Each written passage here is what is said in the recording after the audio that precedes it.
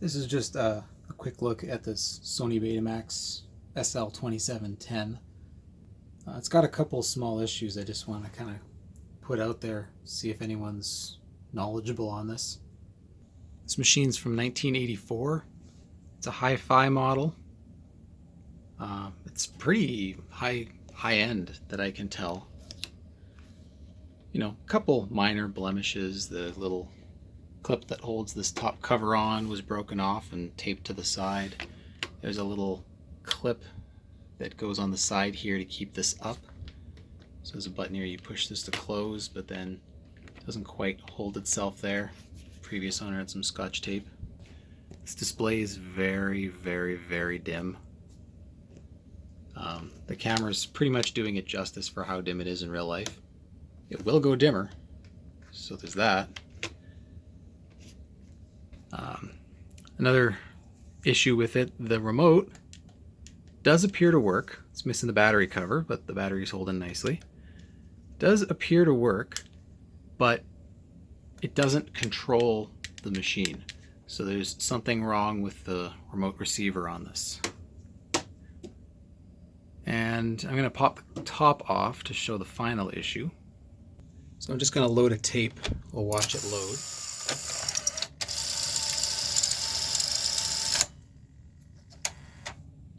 Sometimes it struggles with that last step. Otherwise, the loading works okay. Fast forward.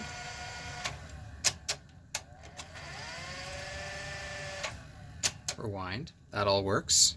If I go and hit play, sometimes it will do that and it will fail, and I can try again. Now it works. Say, would you just like a tall, cool drink of water? Adjust the tracking. Oh, there, and it just stopped. Now, it's not stopping because tape is spooling up in here. Sometimes it will just randomly stop. Sometimes it'll play forever. Seems pretty sporadic. Does play fine. The hi-fi audio and everything's working. But I will show you the consistent problem here. And that is, watch the supply reel when I hit pause. And you can hear what that's doing to the tape, because the tape is bunching up in here. I'm going to unpause and you'll see it go back. Pause again.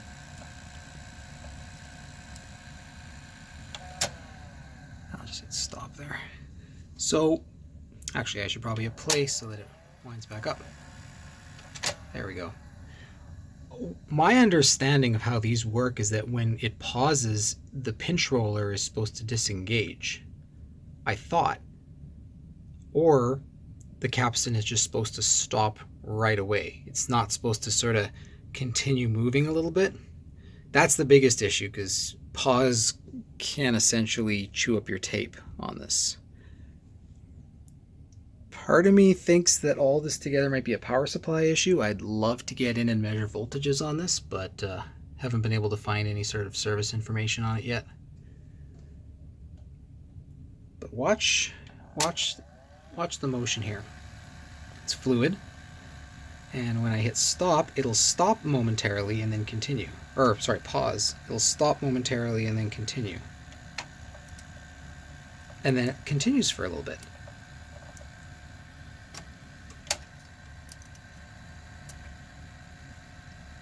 And sometimes, let me turn this off. Sometimes when I turn this on, I don't know what will actually pull this, because you can never see both of these reels at the same time. I believe it's the capstan will kind of go back and forth a little bit.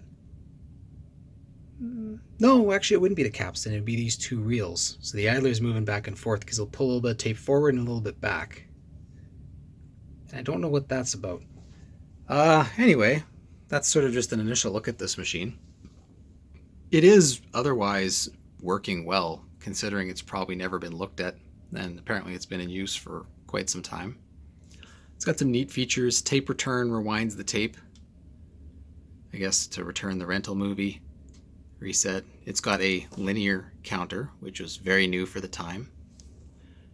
Obviously, it's got the all the hi-fi features, so you can put on hi-fi, stereo, left channel only, right channel only, mix, which does, just like on VHS, gets that kind of weird echoiness.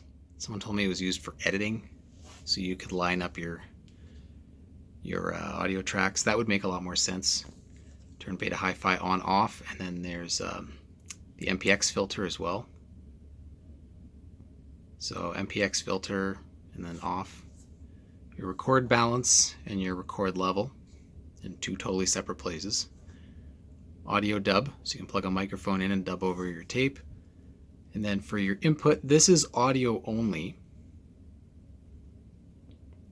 So then for your input, you can have tuner, line audio, or line and PCM for the input on the back. And what's kind of neat is it's got this thing that says aux. And at first I thought, oh, okay, this is a line in. This isn't switching to the line in.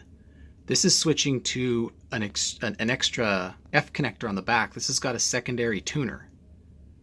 So when I switch here, it is switching to, it says PP. I'm thinking that's probably for some sort of pay TV box. On the back, it's got cable antenna input. Then it's got a bypass out and an auxiliary in. So I believe what you'd do is you'd hook your cable in to the back. Then that bypass output will go to a cable box, and the cable box goes in the auxiliary in. And what you do is, this is your regular tuner, so you can direct tune any channel on VHF, UHF, and a fair amount of cable channels. So this is higher end than a lot of the Betamaxes of the time that would have, say, 14 or 16 presets where you'd set your number in the 1s and 10s and everything. This is a legit tuner. Let's see here. But when I go to aux, see it says PP. And what I've done is I've hooked up just a VCR with a blue screen to test that that's how it operates. And sure enough, we've got the blue screen. So that VCR is outputting on channel 4. And if you want to set it, click on aux preset. And it says, oh, you've set it to 4, so I can set it to like 12. Now we've changed to a channel with nothing on it. Or I can press this button again, set it back to 4. So that's pretty cool. Like, this was meant for people who had a real nice TV setup. You know, all the premium channels, stuff that was very, very new in the mid 80s like that. Satisfying relay sound for the RF modulator. It's got a little push to the side. Ooh. Record tab's still on that tape. One touch record, as I've just demonstrated. And that's about it. It does have double speed playback. The Mr. Betamax website said that it would have audio. It actually has compressed audio while playing on ×2, but this one doesn't do that. This one's got no audio. I don't know if that's another symptom or just a discrepancy. Then the headphone jack with the level control. The wonderful Sony 80s logo of the time. It's a Sony. Yeah, I guess this is just a quick look. I'm going to be delving into this a little bit deeper later on. I'm going to be using this to digitize even with the flaky pause, but I am thinking that if it is a power supply issue, a lot of use might actually make the problem worse, which might actually make it easier to diagnose. Everything in the mechanism seems to be working nicely. It seems like all the issues are probably electronic.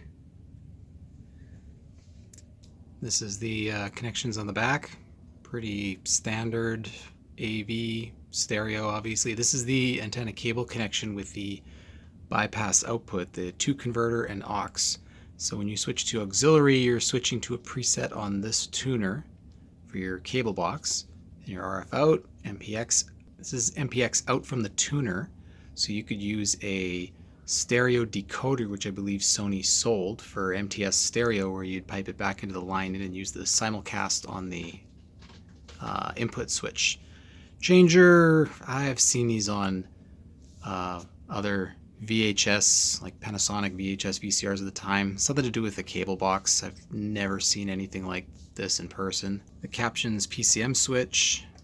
In this mode, apparently, I think it was Spatsbear on YouTube was talking about how it bypasses some video correction circuitry, which would be detrimental if you're just looking at a PCM stream, or something to do with closed captioning. It hinders it, I don't know.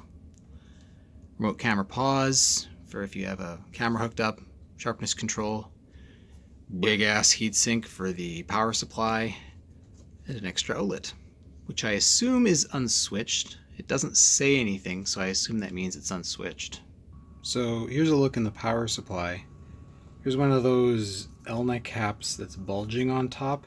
Every single one of these I see is bulging on top like this. That 1984 Zenith had it. I've seen some 85 VCRs have these big suckers. And every time I test them, they test fine. And when I replace them, they never seem to make a difference. So I would normally say, wow, that's really bad, I should replace it, and I probably will. This whole power supply is a nightmare to get access to. It put me in a bad mood. These little screws have a tiny, tiny Phillips head on them. And so Phillips, the design of the screw head, depending on the size of the bit, the driver is supposed to torque out, right? If you get above a certain level of force, it will spin out, and that's so you don't over torque these. But when you're loosening a zinc-plated steel screw that goes into aluminum or whatever that some of these are doing, the screw's just fused in there, and my screwdrivers don't really match it. I don't know where that other one is. But I end up using these tiny little screwdrivers that I can't get any leverage on at all, so I'm horsing into it to try and make it work. And then, of course, it's not just easy threads. It doesn't just loosen and then just come out. You're horsing on some of these the entire way out. And there's so many screws. You have to jimmy this back off, pull this side piece off, and then this whole thing comes out and it flips out a million ways.